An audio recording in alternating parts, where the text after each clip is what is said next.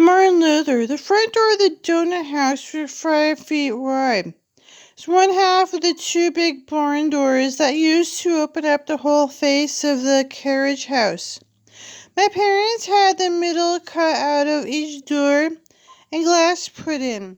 A lot of glass. The Walkla's house was mostly glass on one side because of the doors. Luckily, that side faced sideways into the yard, not out to the street, or we would have had the first reality TV show. The hinges on the doors were Gothic iron monstrosities about the size of my torso, probably heavier. Glass ended about waist level and hinges began. Third hinge was on top. One day I came home from school to see two big tickets printed with typeset words stuck at the middle of the glass. These fences are no longer under the supervision of the housewife system. I read while turning my key. I stopped. It was my mother's resignation. Mom had become the main breadwinner in our house after my father lost his job. She was also still always the cook and the housekeeper. Plus, to her detriment, she seemed to be driven to excel at everything. On the kitchen counter were incubator tubs where they made yogurt. In the oven there were trays of burning granola. On the table, full space settings of cloth napkins we need for washing. She cleaned the windows with Windex and the brass with Brasso. She scrubbed the toilet with Ajax and the floors with Pine Sol. She even washed all her clothes by hand, though it seemed to have after started the washing machine. Remember, my father did none of these things. My mother responds after working insanely long hours at the office. Come home and quietly scrub and seed.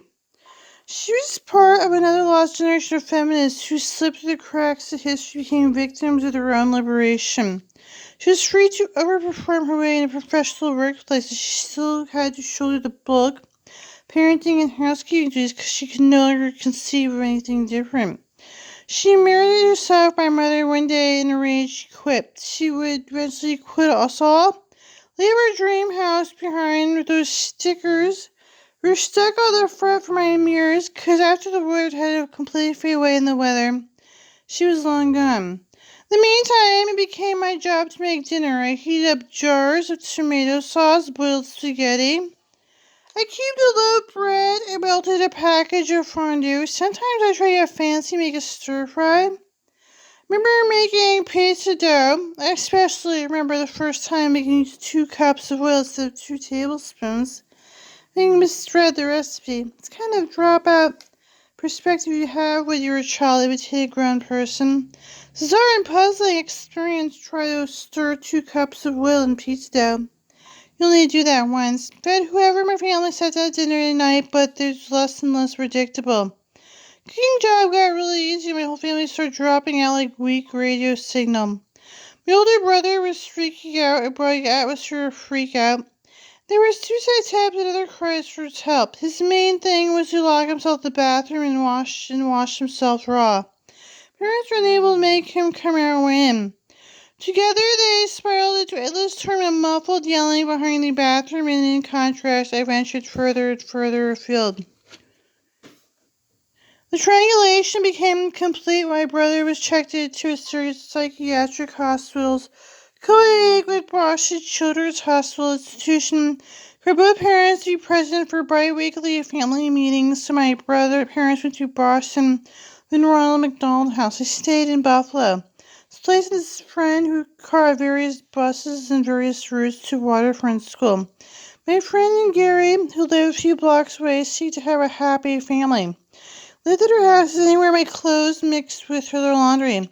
Her house was Victorian beauty, and I used to take turns around being the bride and letting each one on the stairs. Gary's father, Fred, was a professor, played guitar, and sometimes there was guitar picking parties. There were julep, Kentucky Derby parties, cigar smoking card playing parties. There were popcorn making movie parties, and there were laughter in the house. Gary's mother was a union organizer. She was cool too. My actual family had could enter. to leave the picture tied depending on treatments in hospitals. It was beyond my knowing. Brother had sucked my parents into his far-out orbit, doing so keeping them together, fighting for their son. My parents were so relieved my relative happiness and self-sufficiency had learned on it heavily.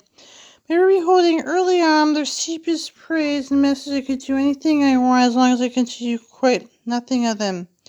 It was the freedom I needed, the freedom I became accustomed to eventually spent to a reason to be out of the house waking women. They didn't blame me. I barely had made double digits when I became something solitary body in the donut house. Like everyone else in families, unspoken but obvious.